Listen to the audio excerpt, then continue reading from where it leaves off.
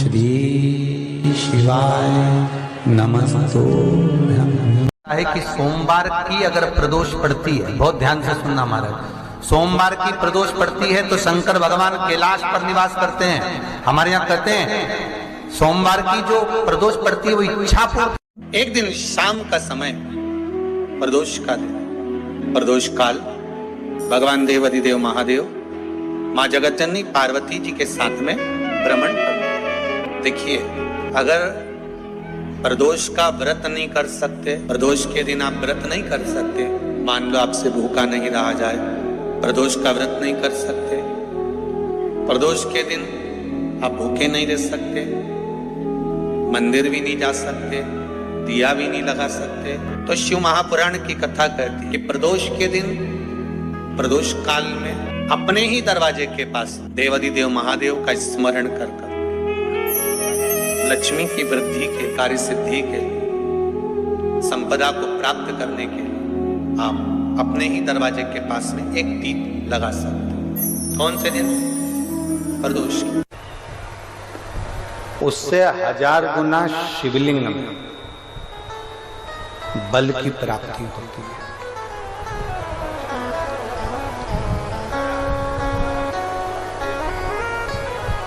प्रदोष के दिन यदि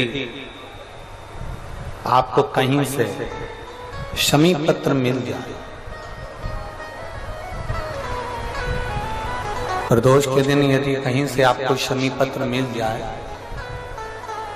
और प्रदोष काल में, प्रदोष का जो समय होता है, शाम का जो समय होता है प्रदोष काल, 4 प्रदोष, 5 प्रदोष आप कर देखिएगा कि आपका कोई काम है, कोई नौकरी के लिए आप अप्लाई कर रहे हैं, कोई समस्या बड़ी विकट आ गई है, कोई तकलीफ, बड़ा गला पकड़ रहा है बेटा, कोई तकलीफ विकट आ गई है, कोई समस्या विकट आ गई है, प्रदोष के प्रदोष काल में अगर एक शमी पत्र भी आप घर के शिवलिंग को, अब ये करने के लिए आपको मंदिर पे शिवलिंग नहीं जाना, अपने घर में जो शिवलिंग, चाहे वो स्फटिक का हो, पारद का हो, कंकर शंकर का हो, लकड़ी का हो, जो शिवलिंग तुम्हारे घर में, कांच का हो, चाहे वो नर्मदा के कंकर का हो, नर्मदेश्वर हो, पाषाण का हो, जो शिवलिंग, चांदी का हो, सोने का हो, तांबे का हो, पीतल का हो, जो शिवलिंग तुम्हारे,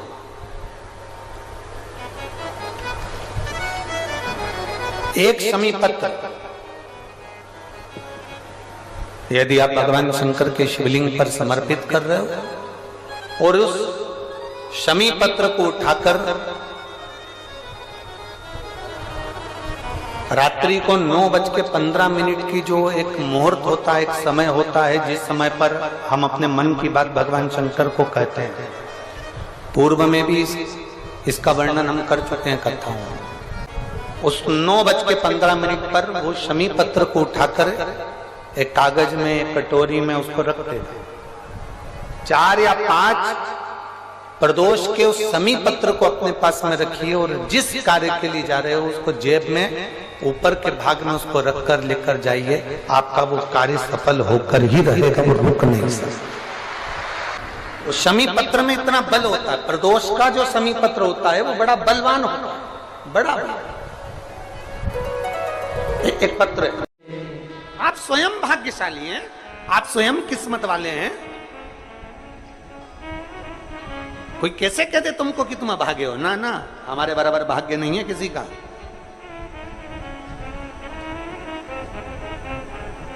तुम्हारी ग्रह खराब है, तुम्हारे ग्रह खराब है। शंभेश्वर महादेव का नाम 7 कनेर के पुष्प, कितने? 7 कनेर मालूम है?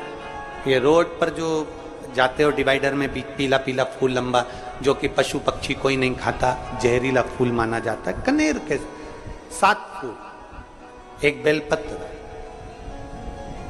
जिस समय पर कनेर का फूल बेलपत्र के साथ चढ़ाया जाएगा तो 7 कनेर के पुष्प सीधी बेलपत्र पर आपको रखना, 2-3 प्रदोष कर कर देखना।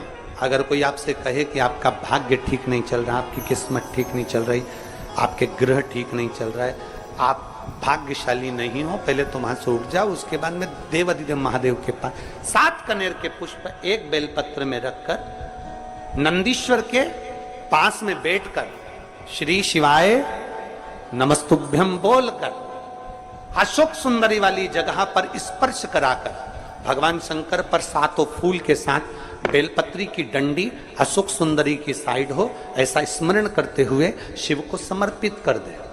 वही बेलपत्री 5 बार नमः शिवाय या पंचाक्षर मंत्र, षडाक्षर मंत्र या श्री शिवाय नमस्तुभ्यम बोलकर वही बेलपत्री 3 प्रदोष, 4 प्रदोष, 5 प्रदोष, 2 प्रदोष, जितने प्रदोष आप चढ़ा रहे हैं प्रदोष काल में, वो बेलपत्री लाकर अपने कक्ष में अपने पूजन वाले स्थान पर रखते जाओ। एक बेलपत्री एक प्रदोष पर लाओगे, अगला प्रदोष आएगा, कितना अंतर पड़ता है आपके भाग्य बदलने में, आपको खुद मालूम पड़ जाएगा कि आपकी किस्मत कैसे बदल रही। मेहनत आपको करना है, परिश्रम आपको करना है, लगन आपको लगाना है, और बेलपत्री और कनेर का पुष्प शिव को चढ़ा। चालू करो प्रदोष चढ़ाना। और जब प्रदोष चढ़ाओगे तो अगस्त के महीने की जो प्रदोष आएगी 17 अगस्त को, तब तुम सीहोर कावड़ भरने के लिए आओगे सरी, तब एक प्रदोष पे यहां पे भी चढ़ा ले, चढ़ाओ शंकर का भजन। यहां नहीं चढ़ा सकते, अपने घर पर चढ़ाओ, अपने शिवालय में चढ़ाओ, अपने देवालय में चढ़ाओ, अपने नजदीक में जो शंकर मंदिर वहां चढ़ाओ, आराधना शिव की। कोई कह दे तुमसे कि ये ठीक नहीं, प्रथम आप ये जो कनेर के फूल चढ़ाओगे ना, इसमें श्रंभेश्वर महादेव का भाव होना चाहिए। श्रंभेश्वर महादेव, फिर से एक बार बोलो, कौन से महादेव? श्रंभेश्वर। और फिर एक निवेदन, मान लो कि डॉक्टर कह दे कि बच्चे की धड़कन नहीं आ रही है, 7 पुष्प कोई से भी, 7 बेलपत्र अशोक सुंदरी वाली जगह पर एक एक कर कर बेलपत्र, एक बेलपत्र एक पुष्प अशोक सुंदरी वाली, एक बेलपत्र एक पुष्प अशोक सुंदरी वाली जगह पर चढ़ा दीजिए, और एक बेलपत्र उसमें से एक पुष्प लेकर अपने घर जाइए, और 15 दिन के बाद वापिस उस बच्चे की सोनोग्राफी जांच डॉक्टर के कहने से कराइए। बाबा उस बच्चे की धड़कन, श्वास और शरीर पूरा देगा। श्रंभेश्वर महादेव में, श्रंभेश्वर महादेव का जब नाम लिया जाता है तो 33 कोटि देवी देवताओं का एक साथ नाम उच्चारण हो जाता है। 33 कोटि देवताओं, श्रंभेश्वर। बोल श्रंभेश्वर महादेव की जय। श्रंभेश्वर भगवान का स्मरण किया है। आगे वर्णन आया है भगवान के सुंदर आनंदमय स्वरूप का। जब भगवान देवाधिदेव महादेव आनंद में विराजमान थे, देवता और राक्षसों ने मिलकर मंथन किया, मंथन में विष निकला जो देवाधिदेव महादेव के पास पहुंचा। शिव जी ने विष को धारण करा, क्योंकि घर का जो बड़ा होता है, घर का जो बुजुर्ग होता है, उसको बहुत सहना पड़ता है, बहुत सहना पड़ता है। घर का जो बुजुर्ग है, घर का जो बड़ा है, उसको सहना पड़े, सहन करना पड़े, और सहने की आदत होना भी चाहिए।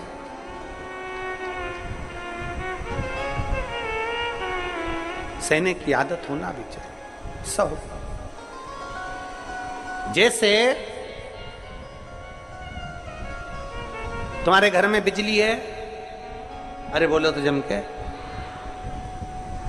लाइट बिजली है, प्रत्येक घर में बिजली होती है,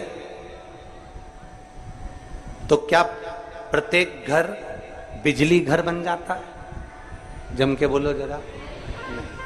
बिजली घर तो 1 2 कहीं कहीं बड़ा शहर है तो थोड़े ज्यादा हो सकते, छोटा शहर है, छोटा गांव है तो बिजली घर एक दो। प्रत्येक घर में बिजली होती है, पर सारे घर बिजली घर नहीं कहलाते, बिजली घर नहीं बन जाते। बिजली घर तो कोई सा घर होता है। उसी तरह ढेर सारे तुम्हें कथा करने वाले भी मिलेंगे, ढेर सारे तुम्हें ज्ञान देने वाले भी मिलेंगे, ढेर सारे तुम्हारे पास में, तुम्हें मोबाइल खोलोगे, टीवी खोलोगे तो ढेर सारे महाराज मिलेंगे, पर सब देवाधिदेव महादेव के भक्त नहीं मिल जाते। बड़ा कठिन होता, बहुत कठिन। प्रत्येक घर बिजली घर नहीं होता, उसी तरह घर में रहने वाला प्रत्येक व्यक्ति शंकर का भक्त नहीं होता। उस घर में रहने वाले 10 लोगों में, 15 लोगों में, 20 लोगों में, 25 लोगों में, 5 लोगों में, 10 लोगों में कोई 1-2 ऐसे होते हैं, कोई 1-8-2 ऐसे होते हैं जो शंकर की भक्ति में डूबे होते हैं, शिव के स्मरण में डूबे होते हैं। घर वालों को मन लगता है, घर वालों को लगता है कि काम पर काम हो रहे हैं, अच्छे अच्छे काम हो रहे हैं, खूब अच्छे काम हो रहे हैं, पूरे खानदान में अच्छे अच्छे काम हो रहे हैं। कई लोग कहते हैं इसकी कृपा हो गई, उसकी कृपा हो गई ना। जो रोज तुम्हारे घर में से कोई एक व्यक्ति शंकर को जल चढ़ाने जा रहा है, ये उसकी कृपा है जो तेरे घर में आज सब कुछ आनंद होता चले जा रहा है, ये उसकी कृपा है। अंत बिंदु मेरा शिव है। चंचुला देवी हाथ जोड़कर कहती है प्रभु कृपा करिए। भगवान शिव विष पीकर नीलकंठधारी बन जाते हैं। अमृत पीने वाले देव कहलाए और विष पीने वाला देवाधिदेव महादेव कहलाए। महादेव। थोड़ा दुख आए तो चिंता न करना, बाबा कुछ अच्छा करने वाला होगा। थोड़ा कष्ट आए तो चिंता मत करना, बाबा कुछ अच्छा करने वाला होगा। जल्दी से काम नहीं निपटे, बहुत मेहनत करना पड़ रही है। हम 3 बार 4 बार कुबेरेश्वर धाम आ गए, 5 बार आ गए, बाबा कब सुनेगा? चिंता मत करना, फाइल थोड़ी मोटी है, पर थोड़ा समय लगाएगा, करेगा। किसी को खाली नहीं भेजता तो तुम्हें कैसे भेज दे? किसी को नहीं भेजा उसने खाली। ये इतने एक बहन ने तो पूरी डॉक्टरों की 1 2 3 4 5 6 7 फाइल लगाई, 7 डॉक्टरों की, 7 डॉक्टरों की फाइल लगाई है। और सब डॉक्टरों ने कह दिया था कि तेरे घर संतान नहीं होगी, सुख नहीं। फिर भी शिव ने 1 साल नहीं, 2 साल नहीं, 3 साल नहीं, 4 साल नहीं, 5 साल बाद दिया तो सब।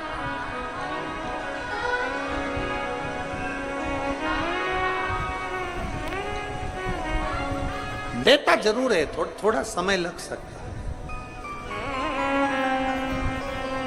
विष पीने के बाद भी बाबा का नाम नीलकंठधारी हो गया, त्रिपुंडधारी हो गया, त्रिकालदर्शी, कैलाशी, अविनाशी। क्या नहीं देता। शिव कथा कह रही है, भगवान शंकर का चरित्र कह रहा है, शिव महापुराण की कथा कह रहा है, ओगरदानी का चरित्र कह रहा है। बाबा के सुंदर 12 ज्योतिर्लिंग का चरित्र श्रवण कराया, वर्णन किया। फिर वर्णन आया है मल्लिकार्जुन का। कार्तिकेय बाबा जब रुष्ट होकर चले गए तो उनको श्री शैलम पर जाकर मनाया, मल्लिकार्जुन के रूप में विराजमान। जब अपने नजदीक में, अपने क्षेत्र में शिव महापुराण की कथा हुआ करे तो 7 दिन नहीं तो छठे दिन, 7वें दिन, एक दिन जाकर बाबा की उस धरा को प्रणाम जरूर करा, प्रयास। मल्लिकार्जुन के रूप में पुजाए। तीसरा महाकाल जी का वर्णन किया, दूषण नाम के राक्षस के संहार के लिए भगवान काल अधिपति महाकालेश्वर बन गए। फिर वर्णन आया है श्री ओमकारेश्वर जी का, बिंद नामक पर्वत के तप करने पर भगवान ओमकार के रूप में विराजमान। अगला वर्णन आया है केदारनाथ नर नारायण के तप करने पर भगवान केदारेश्वर के रूप में विराजमान हुए। फिर वर्णन आया है श्री भीमा शंकर कुंभकर्ण के बेटे भीम का संहार कर कर भगवान शिव भीमा शंकर बन जाते हैं। अगला वर्णन आया है काशी विश्वनाथ मनु शत्रुपा के तप करने पर भगवान काशी में विराजमान हो जाते हैं विश्वनाथ बनकर। त्र्यंबकेश्वर गौतम बाबा पर गौ हत्या का दोष लगा, बाबा ब्रह्मा विष्णु महेश तीनों स्वरूप में भगवान यहाँ विराजमान हो जाते हैं। वैद्यनाथ रावण को शिवलिंग ले जाने नहीं दिया, बाबा भूमि पर ही रह गए तो वैद्यनाथ के रूप में विराजमान हो गए। अगला वर्णन है नागेश्वर दारुक नाम के राक्षस का भगवान ने संहार किया, नागेश्वर के रूप में विराजमान हुए। रामेश्वरम राम जी के कहने पर भगवान शिव रामेश्वरम के रूप में विराजमान हुए।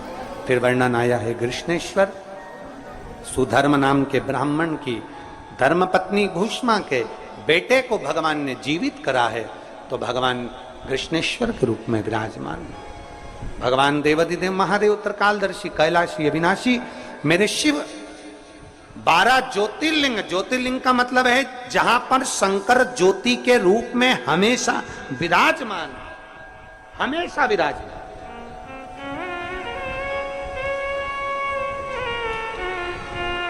एक ज्योति के रूप में मेरा देवाधिदेव महादेव वहां पर विराजमान और वही ज्योति हम तो कई लोग कहते हैं कि आपके ये कुबेरेश्वर धाम के कंकर संकर में ऐसा क्या है, कुबेरेश्वर धाम में ऐसा क्या है। हम कहते हैं 12 ज्योतिर्लिंग के मध्य में है, तो हम तो ये मानते हैं कि 12 एक ज्योतिर्लिंग में एक ज्योति होती है, पर कुबेरेश्वर धाम में 12 ज्योतिर्लिंग की ज्योति एक साथ होती है।